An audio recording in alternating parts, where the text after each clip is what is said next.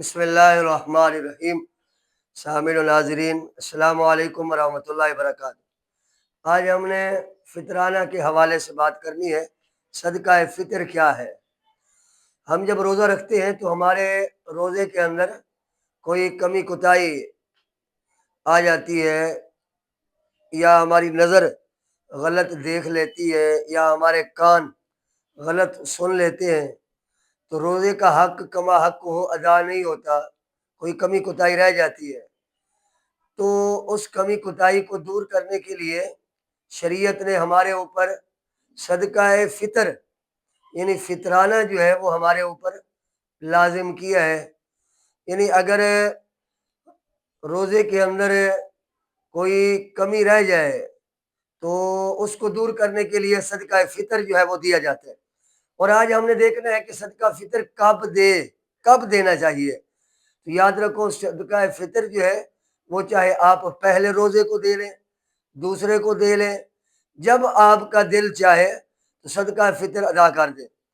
صدقہ فطر کا مین مقصد یہ ہے کہ جس طرح امیروں کے بچے اچھی عید گزارتے ہیں تو یتیم بچے بھی اپنے سوٹ، اپنے جوتے جو بھی خریدنا چاہتے ہیں وہ خرید لیں، تاکہ وہ بھی عید میں خوشی کے ساتھ شامل ہو جائیں۔ یہ نہ ہو کہ آپ کے بچوں نے نئے سوٹ پہنے ہوں، نئے شوز پہنے ہوں، اور غریب کا بچہ جو ہے پرانے سوٹ پہن کے آئے اور وہ پریشان ہو۔ تو یہ بات یاد رکھو، جس طرح اپنے بچوں کی تیاری کراتے ہیں نا، اسی طرح جلد فطرانہ دیں تاکہ غریب بچے کی بھی تیاری ہو جائے اور وہ بھی امیر لوگوں کے بچوں کی طرح عید کی نماز ادا کر سکے اور خوشی کے ساتھ ادا کر سکے۔ اور فطرانہ کتنا ہے؟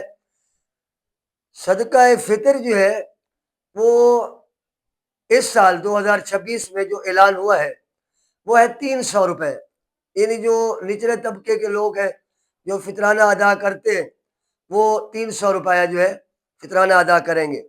اور اس کے بعد جو ہے وہ کھجوروں کا فطرانہ آ جاتا ہے، اور تیسرے نمبر پر کشمش جو ہے میوہ، اس کا فطرانہ آ جاتا ہے۔ جس طرح یہ حیثیت بڑھتی جاتی ہے اور امیر لوگ جو ہے وہ یہ آٹے والا فطرانہ نہ دیں بلکہ بڑا فطرانہ دیں، اور فطرانہ جو ہے وہ زیادہ کوشش کریں کہ یتیم بچوں کو اور غرباء کو دے۔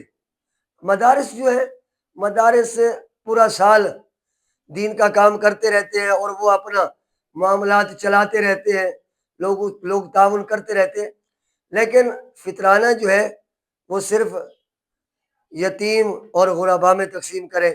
وآخر دعوانا الحمد للہ رب العالمین۔